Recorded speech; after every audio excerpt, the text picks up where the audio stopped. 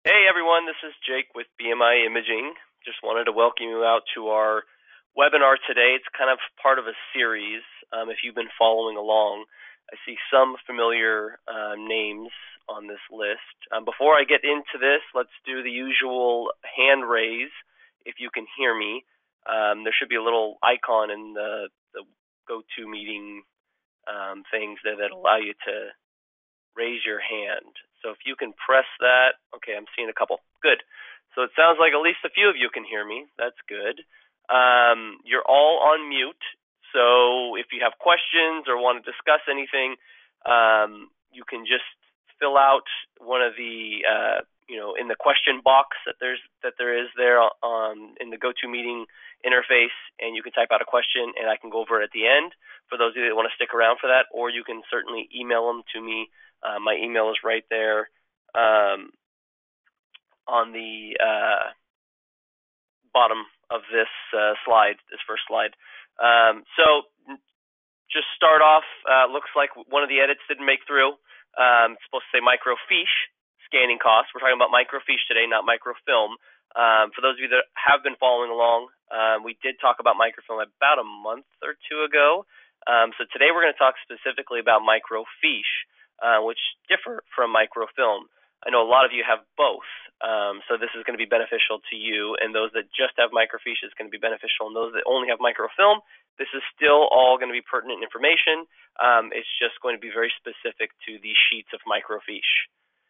So getting right into it, BMI has been around for a long time. We've been around since the 50s. We began as a microfilming company, so we were creating microfilm and microfiche, and now, of course, we're scanning it. We've evolved with the technology. We're out of the Bay Area, so there's a lot of technical influence with our company. So we've created a lot of cool products, which we can also discuss a little bit later on in this demo. But we scan everything, so it's not just microfilm and microfiche. If you have aperture cards, we scan those. We scan paper, you name it. If it can be digitized, for the most part, we scan it. We also do legacy data conversion. I know some of you have been using older SIS systems, or maybe an old banner system or something similar to that, and you're not supporting it anymore. We can actually take all of that data and put it into a more usable format, maybe your new system, or into something else, or just raw data. We can actually help you to be able to use that. Those are typically fun projects for us, so we really enjoy those. If you have anything like that, please let us know. Any type of scanning we do, we can import it to your existing system. I know a lot of you are using some of these names here: Embase, Laserfiche, Perceptive, SharePoint. We can do that. We have a couple facilities in California, and then we have some sister facilities throughout the country that we work with when we need to, so we can be in more specific regions for the scanning work. But we do scanning on site and things like that if necessary. It's just a lot more expensive, so we don't typically do it. But it is an option. But to save cost and to really hone in on security and the way things are done, it's typically best to do that work in one of our facilities. We have clients all over the country. A lot of that's because we attend all the major conferences. I know some of you I see a couple familiar names on here. We've actually met at some of these conferences that kind of seem like a distant memory at this point, because they're all being canceled. Hopefully we pick back up next year. But we go to Acro, Acrotech, Pacro, Sacro, Tacro, all the different crows that are out there. We typically attend, and we're growing and expanding. So if we haven't been out to your region, we likely will. But because of that, we have some of the, some big name university clients, all in small colleges, you name it, all across the country, that we've done work with in some capacity. So let's get right into it. So today we're talking about microfiche scanning, and the cost to do that. I know most of you, if not all of you on this webinar, have microfiche. So that's why you're here. That's why you're interested. So we're going to go through these 9 different factors that go into the cost. If you've attended the microfilm scanning cost webinar, then this should look familiar. It's going to be a little bit different because microfilm and microfiche are different, but we're going to cover a lot of the same things, especially 5 through 9, because those are the same. They affect microfilm and microfiche the same. So the first thing up is the number of microfiche. This is probably the most important factor when coming up with the cost of what's going to cost. And unfortunately, it's kind of tough to figure out. Microfilm, it's pretty straightforward. You can count a box of microfilm. It's you can see it, you can count it. There's 12 on this row in the drawer. Microfiche is a little bit tougher. You can see just from these images that we have two different types of microfiche organization. One is just strictly microfiche on the left-hand side, and there's not folders, there's not dividers, there's not papers, there's not sleeves. It's just straight microfiche. Where on the right-hand side, there's lots of things going on. So those little dividers and things like that, those aren't going to be counted in the microfiche total because we're not going to scan those. We could scan them, but we wouldn't need to for this project. So that's where it gets a little bit tricky. So the first step is to take an inch. So you pinch an inch of your microfiche together, or loosely, however you want to do it, and then measure that out an inch, count them out. We usually say about 90 to maybe even 150 microfiche per inch. So there's a little bit of counting to do. And then once you're done with that, then you average or you measure out the total volume. So as you can see in that drawer there, there's 12 inches, there's 3 rows, so there's 36 inches of microfiche. So if you pinched an inch of that and it was 90 microfiche in an inch, it would be 90 times 36, and that comes up with a rough estimate. Unfortunately, it's rough. It's not going to be perfect, but it's the best you can do. Save somebody sitting there and counting every single sheet, which for those of you that have hundreds of thousands or 50,000, that's kind of tedious and not necessarily worth it. So that gives us a good estimate. It gives us a ballpark range so we know how to price this, because pricing is going to be based on volume. That's one of the major factors. So if you have 5,000 sheets of microfiche, the price you're going to get is on the higher end per sheet. Whereas if you have 100,000 sheets of microfiche, then you're going to get our low-end pricing, our high-volume pricing, where we can get that price down to a really low cost. So that's one of the big factors there. And if you need help with any of this, please reach out. I've done this a million times. Typically, we come on site and we help you do these things, but right now, obviously, that's a little bit difficult. So I've actually done some virtual ones where we've done a Zoom meeting, and they've just walked around with their phone, and I've been able to look at it, and we've done some measurements together. So that's something we can do, but typically there's somebody on your staff that can handle this and get us a good ballpark estimate as to the total volume. So the next factor, this is probably the second most important factor, is the type of microfiche. There's lots of different types of microfiche. What we're looking at here is just a standard 16 millimeter microfiche jacket. Some of you have jackets, some of you have similar style, but maybe they are not in jackets. Those are copies of a jacketed microfiche, and we call them jackets because they're essentially you slip them into a sleeve. There's usually 5 sleeves in a standard 16 millimeter jacket, and they've taken microfilm and they've cut up the strips and they've slipped them into those little sleeves, and that's a jacket of microfiche, or a sheet of microfiche, whatever you want to call it. And there's some nuances that go with that as well when scanning those that we can quickly talk about. Some of you have seen that maybe the images are falling out of the sleeves, and that can be a problem because you don't know where they go, and we would never know where they go. So that's something, if you were to prep this for somebody to scan, whether it be us or somebody else, that's something you'd want to figure out. Do you have stuff falling out of the jackets, and can you get them back into the right spot? Usually that involves taking that little strip of images or maybe just a single image and loading it up to a reader printer and looking at it and seeing what student it is and then finding that student, putting it in there. That's tedious, but it has to be done at some point. Sometimes they fall apart. The jackets are really old. They stick together. Things like that can happen. Something to be aware of. I know a lot of you have put stickers on the top of each microfiche title strip saying, this is student, Janice, whatever. That's also something to be aware of because over time that adhesion can come apart and those can fall off, so you'd want to make sure those are adhered properly. So there's also factors that you want to consider when preparing for a project like this with microfiche. And then the last thing that we see is sometimes these are loaded backwards. I don't know if it was the original vendor that created the microfilm or if it was internal staff, but we've seen some where they'll slip a strip of microfiche images in one jacket one way, and then it'll be backwards or mirrored on the other way. So when you go to scan that, essentially you have to stop and recalibrate the scanner because now we're going backwards.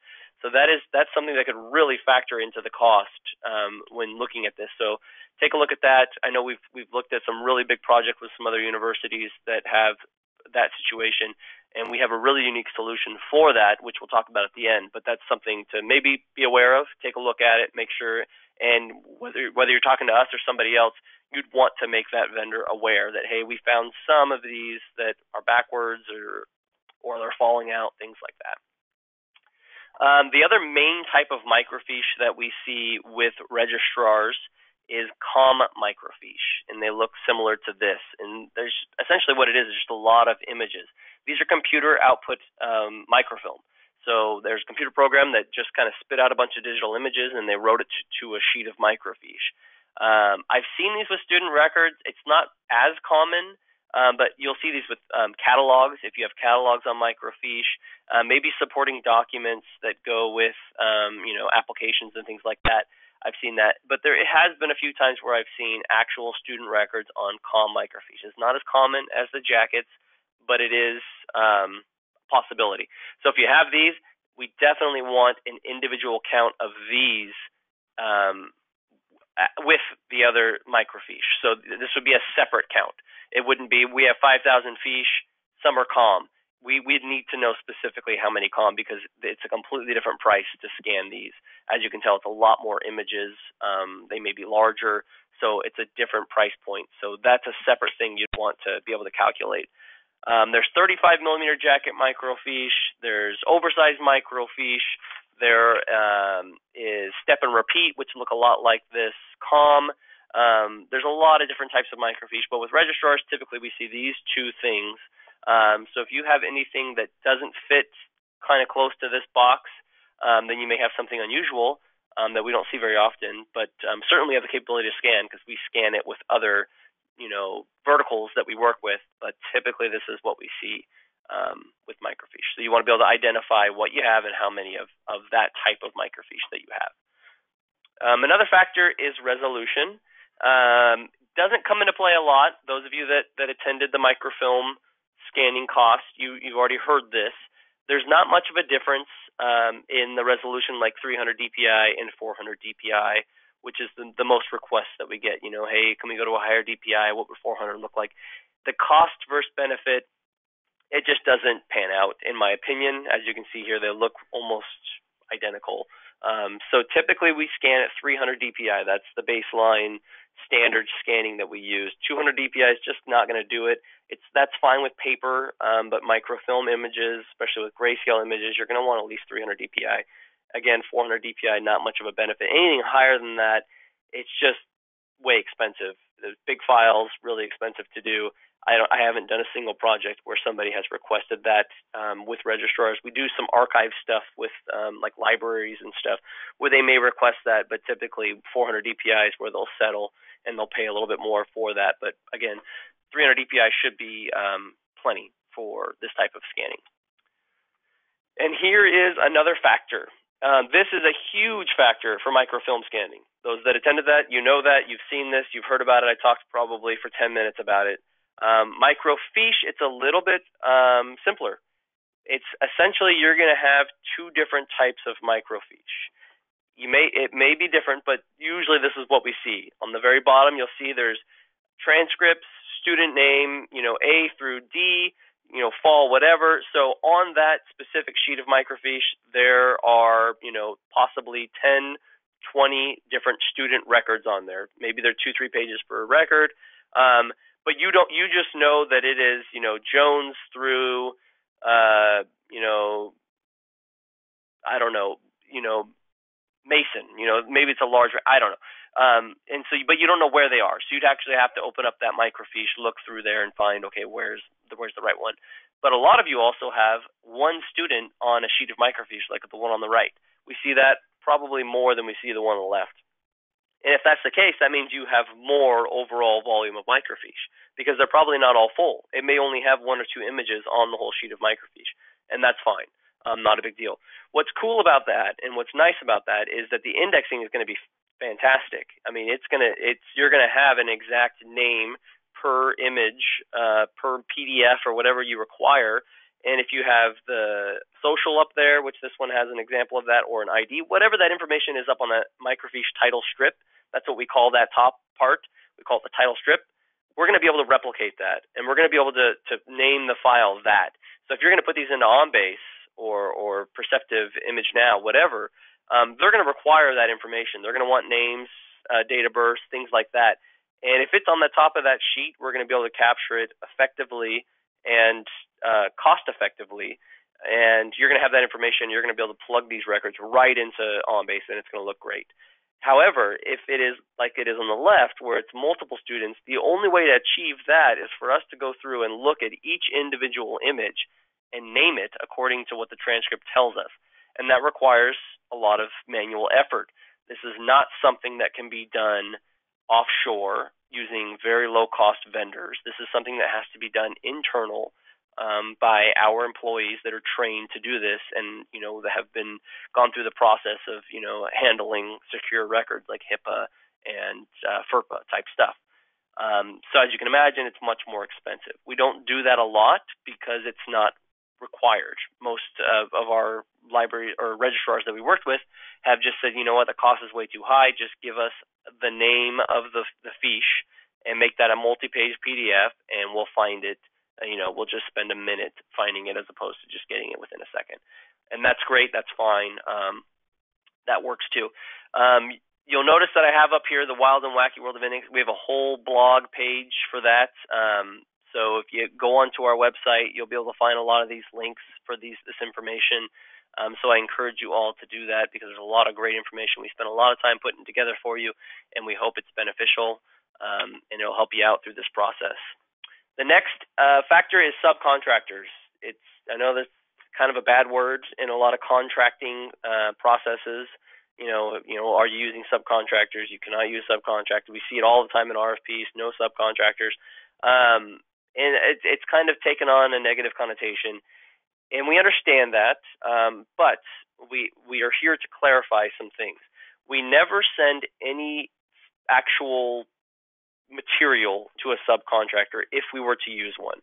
So typically how this would go is we would talk to our prospective client, and we'd say, hey client, here's what the cost would be, and here's what we would like to use a subcontractor for. And it's typically these things we're looking at right here. And then we would say, if you are okay with that, we need you to say that you're okay with that. This is what we're going to do, and this is how we're going to do it. And if you approve that, then that's great. Everything's fantastic. We're all going to have a great project, and it's going to be low cost.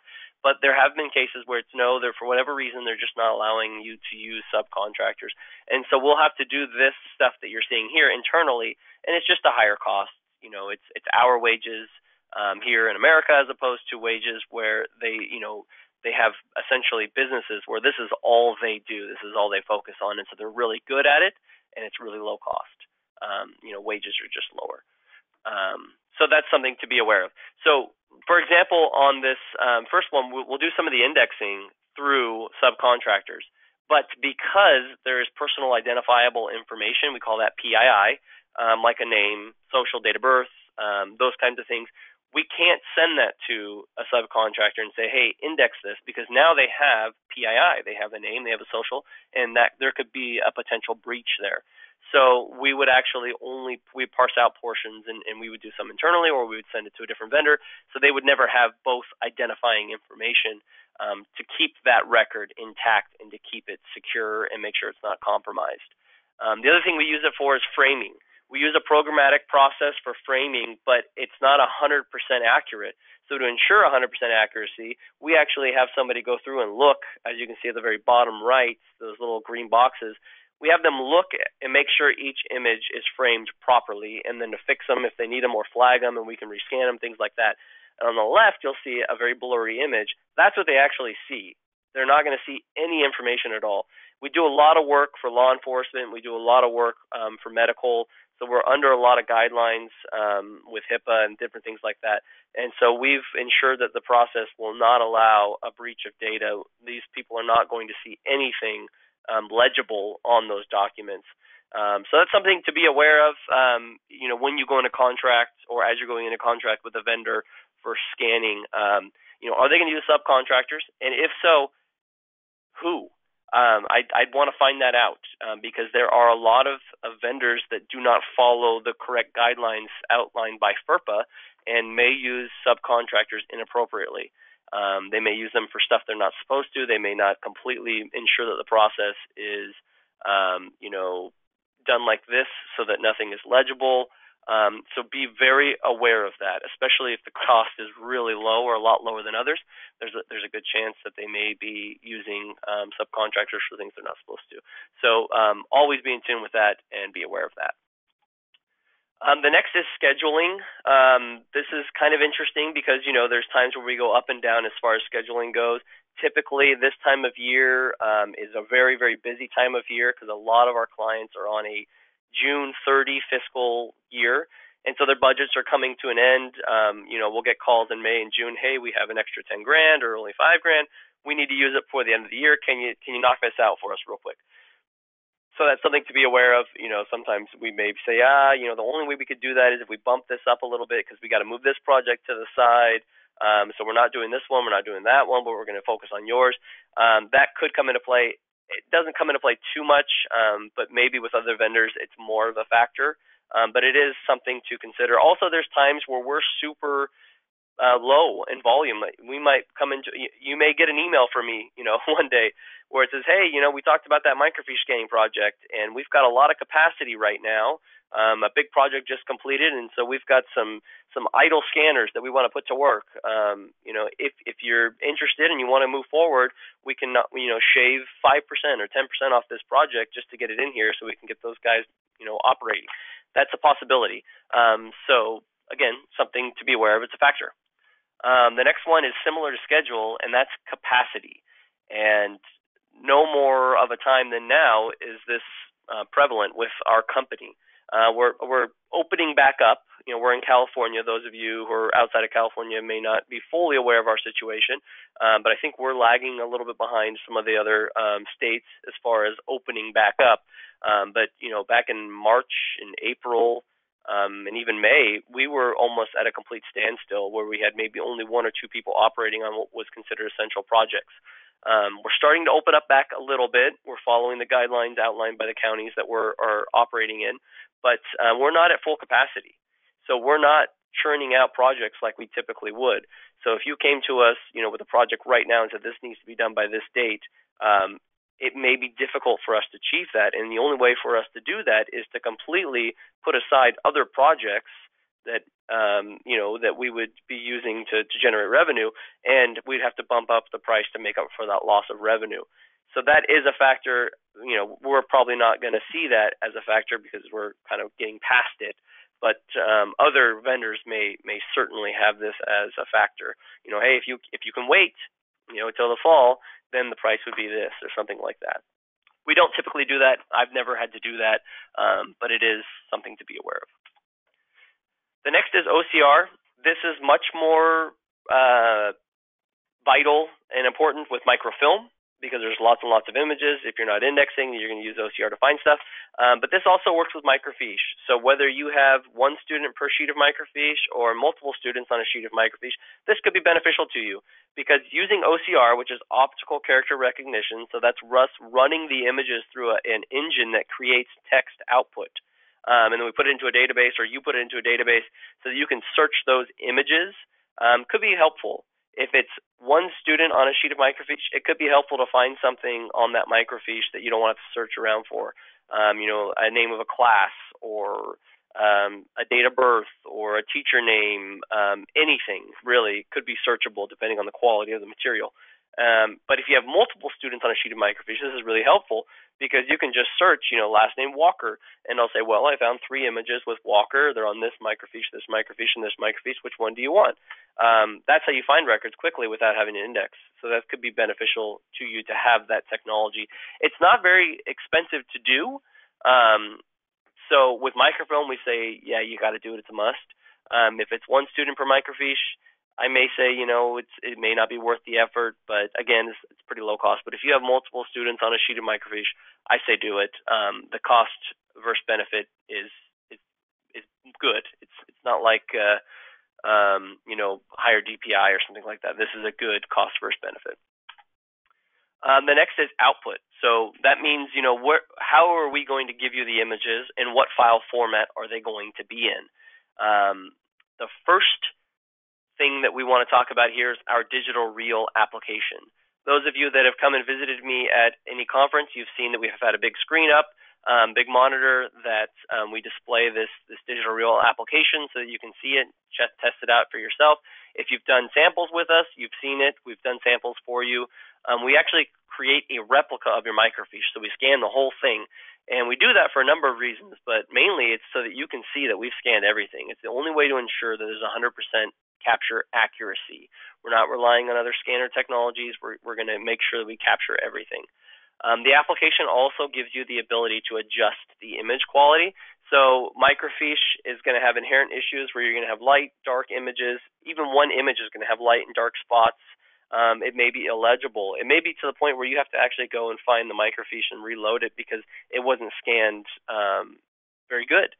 And it may not even be the vendor's fault. It just may be the actual sheet of microfiche is just that bad. The images are that bad. With our digital reel application, you can adjust the images. This is really neat. You can adjust the brightness and contrast to make sure it's legible, so that this is your insurance policy that everything is legible in addition to being captured properly. So we've got clients using this as their main resource to grab images, even though they have a SharePoint non-base. We also have them using this as a backup, so that they don't have to go load the original microfiche. And then, of course, we have some that, this is all they have. They don't have any other system. So it's something to consider to be, in the back of your minds. Is this something we need to do? So you don't have to go back to the original fiche. It's online based. It's web secure. It's hosted by us, so we take care of everything for you. There's not any IT involvement at all. It is another system or application. That's kind of the downside to it. It's one more thing that you guys have to use. Right now when they say, hey, we need to find the microfiche, or we need student record from 85, well, that's on microfiche. Instead, it would be, well, that's in digital reel. But keep in mind, we can also take your current existing records and put that in digital reel as well. So you could have a one-stop shop repository for all of your images. But if that's not something you want to do, you can have this to kind of augment your current system. And it's going to be a much easier way to find stuff. But your IT doesn't have to get involved, so that is a positive. The other option, besides a hard drive, a bunch of PDFs on a hard drive, is your system that you're currently using. So if you're using an on-base or an image now, we can index the images so that they'll plug right into that system. Typically involves somebody from IT or whatever giving us an import file that we can use to format those images so it plugs right in. And it's typically seamless. It takes a little bit to get off the ground, a little bit of back and forth with the IT, but once it's done, it's very simple, and it plugs right into your system, and you're done. Now, the downside to that is that if any of those images are illegible for whatever reason, because the images are really bad or the actual fiche are really bad, you're kind of stuck with them. You can't manipulate those images in those systems. So in that scenario, you would have to go find the original sheet of microfiche, load it back up to an old reader printer, and make a better one. If you had digital reel as a backup, or your main system, you wouldn't need to do that. You can just go into digital reel, clean it up. It's all on your desktop. You don't have to do any more microfiching, and it's all right there, ready to go. So that's kind of the pros and cons there with going with digital reel. And I can actually quickly show you, since we've got a little bit of time, what digital reel looks like. I'm going to pull up my other screen here, and let's log in here quick. I timed out. And what I'm going to show you is our digital reel application. It's an online-based thing. This is just our, sample website that we can set up for you. We can actually give you access to it if you wanted to look at it. But this is something we can show you. So here's the basic layout. Usually it's different types of records here, grade rosters, different things like that. It's all searchable. I can search by names. I can search anything that's on any of the records. But we're going to look at microfiche real quick. So here's that same microfiche that we saw earlier, student A through student D. If I click on that, it's going to open up that specific microfiche image. First page, But if I click out of it, here's the actual replica. So here's what I was explaining. This is a replica of a microfiche. This is what you get back in digital reel. All these images are clickable. You can zoom into them. I mean, you can do anything you'd want. If you've used a reader printer, this should look really familiar. I can move around. I think it's going to look a little choppy to you because of these connections and recordings and things like that. But when you actually use the product, it pans and moves around very smoothly. So you don't get seasick, hopefully. But all these images, this is a good example of, hey, we've got lots of students on one image. What's the cost just to scan it? How hard is it going to be to find stuff? It's this easy. I can just search all text. I'm going to search just this fiche. I'm going to look for the name Bella. And it's going to search just this sheet of microfiche and find me the student Bella. Well, it found 4 results. We've got Bella Bolins, it looks like, Bella Swan. Those of you who are book readers or moviegoers, that should sound familiar. This is her record here. So I can zoom in and see, okay, here's highlighted Bella Swan. I mean, obviously, this is just a test sample. That wasn't a student, it was a supervisor. But this gives you an idea as the power that OCR gives you and the power of this application where we put all those words into a database. So instead of searching for hours, finding records or trying to find the right one, you can just come right into the system and say, well, I want Bella Swan. I can first start by typing in Bella, and then I can type in Swan, and there it is. So I can click on the record, and it takes me right to it. That's how simple it can be to find these records when using this system. It's a really neat tool to have. I think it's great to have as your main system, but it's certainly something to consider as a backup. It's not an additional cost for us to scan it to digital reel. So to get both, it's essentially the same cost.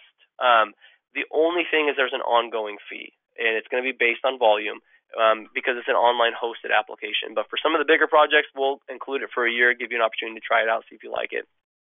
For smaller projects, it may be a little tougher to do because of the cost, but at least try it out, see if you like it. After a year, you either tell us turn it off, or yeah, we want to keep using it, and then you get the annual hosting that you have to pay, which is also going to be outlined ahead of time, so you'll know what that is. But most of our clients end up just using the system because it's so easy to use, and it's a really neat product. So this is the end of the webinar. I hope it was informative. I hope you guys learned something. Worst case, you at least found out what you need to do to start looking into, what's our cost going to be. It's not a big deal at all. If you want to just shoot me an email, say, hey, Jake, I did the measuring. We have this type of microfiche. What would this cost be? Give me a ballpark. There's obviously not any type of commitment involved with that. I'll just shoot you a quick email back, say, hey, you're looking at this. Or I can put together a proposal. It doesn't matter. It doesn't take me very long to do. We've done so many of these. We've already got the prices dialed in and everything. So it's really, really simple. No pressure at all.